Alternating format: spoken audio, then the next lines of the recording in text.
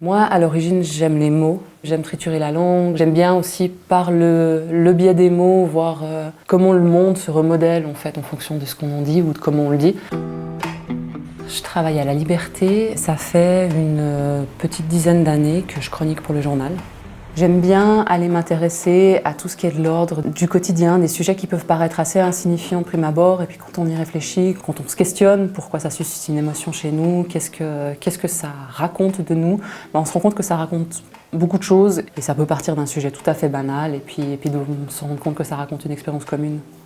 Là, on va aller rencontrer Angèle, qui est le plus ancien compagnon d'Emmaüs Fribourg.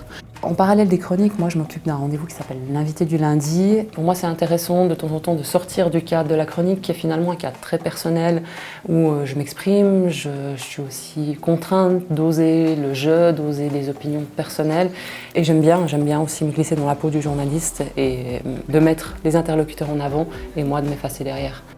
Bonjour, enchantée. Ça m'a énormément apporté le CFGM.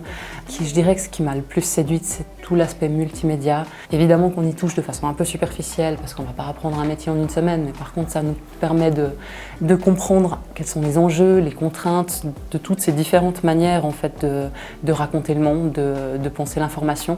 Et au-delà de ça, c'est vrai qu'on fait des belles rencontres, mais je pense que c'est surtout important dans un moment où le métier est quand même passablement sous pression, de se retrouver avec des gens qui sont entre guillemets dans le même bateau, je pense que ça crée un peu de solidarité.